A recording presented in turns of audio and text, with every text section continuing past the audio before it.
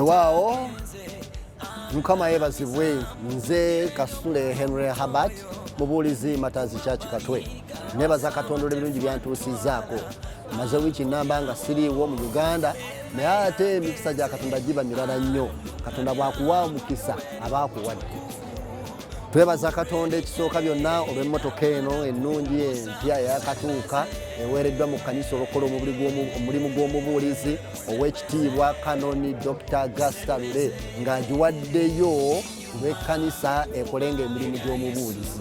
Emmotoka eno egenda kuyamba ekkanisa yonna so si mubuulizi yekka wabula ekkanisa yonna egenda kukola emirimu egy'enjawulo ng'ekola mu mirimu gy'abakebezi ng'ekola mu mirimu gy'abayimbi nga tutambula nabo nga tubuulira enjiri Mukama akikoze kubanga ebibadde bisiba Mukama alisumuludde. Twebaza Katonda olw'ekyo kubanga Katonda atwongerizaako obuweereza bwe. Twebaza Katonda olwa byonna tubagaliza ebirungi bingi. Twebaza Reverend Emmanuel Rutaya ow'ekitiibwa Dr. Kanoni Augusta Lule yebaze nnyo Mukama yebazibwe nnyo omukubiriza Nnaalongo Sala Kalyango n'abakristaayo bonna ow'enjiri Mwami Peter Segawa webale nnyo webale ddala.